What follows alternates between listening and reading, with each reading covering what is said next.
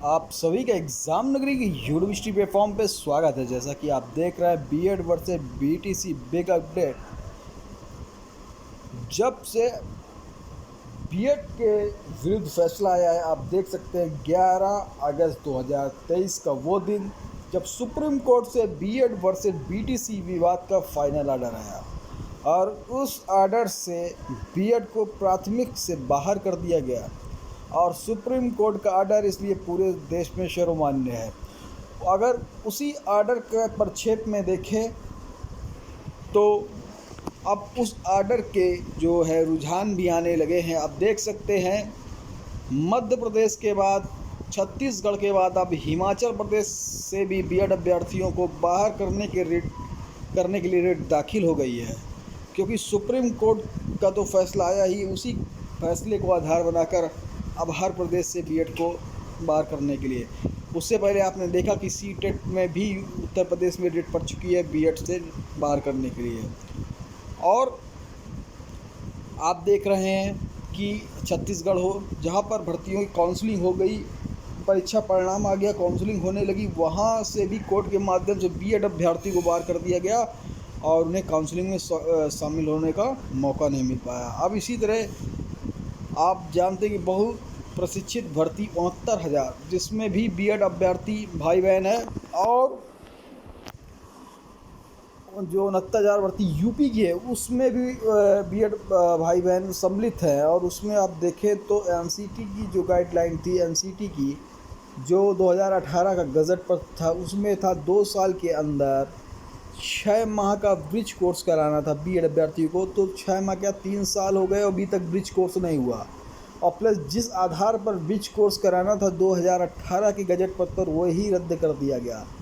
तो आप समझ सकते हैं बीएड अभ्यर्थियों को हर तरह से झटके मिल रहे हैं। और 69,000 शिक्षक भर्ती में भी बीएड अभ्यर्थियों की बहुत बड़ी मुश्किल है और उनको भी बाहर का रास्ता देखना पड़ सकता है, जैसा आप छत्तीसगढ़ में देख रहे हैं। ठीक है, सबसे बड़ी अगर देखा जाए तो 2018 का गजट पत्र रद्द होना और उसके बाद ब्रिज कोर्स ना होना और 3 साल हो जाना 2 साल के अंदर था। ठीक है, लेकिन हम बात कर रहे हैं हिमाचल प्रदेश में बीएड अभ्यर्थियों को बाहर करने के लिए जो रिट दाखिल की गई है। आप देख रहे हैं कि इससे पहले बीपीएससी के द्वारा बिहार शिक्षक भर्ती की भी परीक्षा भी संपन्न हुई, जो कि प्राथमिक लेवल की आप देखें तो 24 से 26 तारीख तक। उसकी भी पटना हाई कोर्ट में रिट दाखिल हो गई है। जो भी अभ्यर्थी हैं जिन्होंने भाग लिया है और उनको बाहर करने के लिए। और इससे पहले आपने देख लिया कि अतुल प्रसाद जी जो बीपीएससी के चेयरमैन हैं, उन्होंने कहा है कि बीएड अभ्यर्थियों के लिए तो एलिजिबल हैं इस परीक्षा के लिए, लेकिन उनका रिज़ल्ट देना, उनको नियुक्ति देना, अभी इस पर संशय है। एनसीटी की जो गाइडलाइन होगी उसका पालन किया जाएगा। तो यहाँ पर अगर देखें तो बीएड अभ्यर्थियों की भी रिजल्ट पर रोक है। अब ये देख लें, नई हिमाचल प्रदेश से जो न्यूज़ निकल कर आई है कि हिमाचल प्रदेश से भी बीएड अभ्यर्थियों को बाहर करने के लिए रिट दाखिल हो गई है। अगर आप देखें तो क्या धीरे धीरे हर राज्य में पड़ने लगी हैं याचिकाएं। तो बीएड अभ्यर्थियों के लिए प्राथमिक में के लिए मुश्किल हो सकती है। क्या कोर्ट का ऑर्डर आने के बाद मुश्किल हो ही गई है। अगर आप देखें तो अब बीएड अभ्यर्थी सुप्रीम कोर्ट के ऑर्डर के अनुसार 6 to 8 या 10, 11, 12 जो भी एग्ज़ाम होते हैं 6 के ऊपर, उसी के लिए एलिजिबल हैं। ऐसी खबर अभी आपने देखा कि अभी जस्ट दोपहर में जो 25 तारीख को जो कैबिनेट बैठक हुई थी असम की, जो मैंने न्यूज़ दी असम कैबिनेट की, उसमें कह रहे हैं बीएड अभ्यर्थी को प्राथमिक में शामिल कर लिया गया है। तो आप सभी भाई बहन, चाहे बीएड के हो चाहे बीटीसी के, कोई भी खबर हो उसको सत्यता से जांचें। क्योंकि वहाँ असम के जो मंत्री हैं, शिक्षा मंत्री या मंत्री, उन्होंने ट्वीट कर जानकारी दी है कि जो बीएड है वो अपर प्राइमरी के लिए है और जो भी बीएड से रिलेटेड है वो एनसीटी की गाइडलाइन के अनुसार सभी बातें स्पष्ट हैं। ठीक है, तो अगर हिमाचल प्रदेश में क्या जो याचिका पड़ सकती है, आप देख सकते हैं जेबीटी और DElEd versus state of Himachal Pradesh and others. ठीक है। और आप देख सकते हैं इस पे RP numbers 11 of 2022।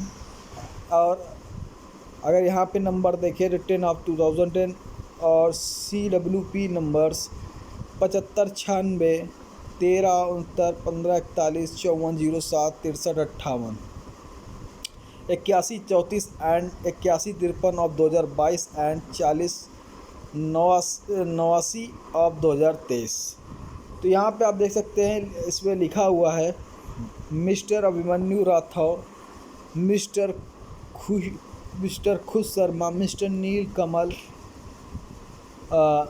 Kamal Sharma and Mister Arun Kumar advocates for petitioners, जो इसके एडवोकेट हैं, and respective petitions.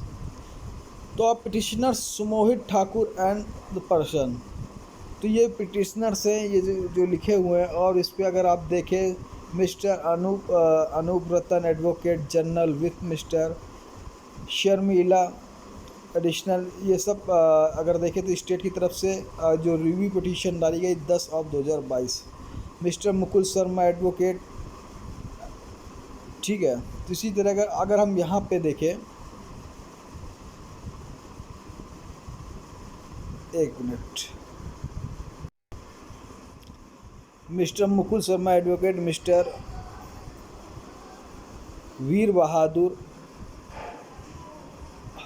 Verma advocate for respondent, HP Himachal Pradesh SEB, ठीक है, जो कि सरकार की तरफ से है रिस्पोंडेंट।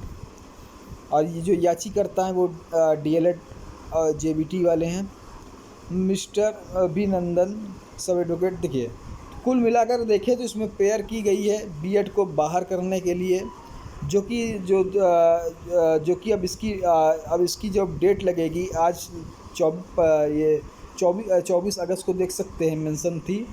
अब इसकी जो इसमें पेयर की गई है इसकी डेट लगाने की, तो जो जजिस हैं अगर आप देख सकते हैं तारलोक सिंह चौहान जजिस हैं, ठीक है, सत्येन वैद्य जज है, 2 जजिस हैं। 24 अगस्त का ये आर्डर है, आप देख सकते हैं। इसमें प्रेड फॉर लिस्ट नंबर, अब ये जो लिस्ट होगा अब इसकी सुनवाई 1 सितंबर 2023 को लगी हुई है। अब इसकी B.Ed बाहर करने की याचिका की सुनवाई आप दे सकते हैं। अब 1 सितंबर 2023 को अब इसकी सुनवाई होगी, ठीक है। लिस्ट करने के लिए यहाँ पे प्रे की गई है। और इसमें भी आप देखेंगे कि जो वो सभी सुप्रीम कोर्ट का हवाला देंगे, जैसे हर जगह दिया गया, छत्तीसगढ़ हो चाहे जहाँ पे हुआ हो, जहाँ पे B.Ed बाहर हुआ। इसी तरह आप देखेंगे कि धीरे धीरे हर राज्य में DLED कैंडिडेट, जैसा कि NCT कोई गाइडलाइन नहीं जारी अभी तक हो पा रही, तो DLED कैंडिडेट हर राज्य के हाई कोर्ट में जाकर B.Ed अभ्यर्थियों को बाहर निकालने की कोशिश कर रहे हैं और याचिका दाखिल कर रहे हैं, क्योंकि सुप्रीम कोर्ट का आदेश है। इधर B.Ed अभ्यर्थियों को देखें तो वो भी ज्ञापन के द्वारा अपनी बात मंगवाने के लिए अध्यादेश के लिए प्रयासरत है। तो दोनों तरफ से कार्रवाई हो रही है। तो आशा आप सभी भाई बहन जो भी चैनल पर नए, चैनल को सब्सक्राइब कर बेल आइकन दबा देंगे, जिससे इससे जुड़ी कोई भी सूचना आप तक सबसे पहले पहुँचे। जय हिंद, जय भारत।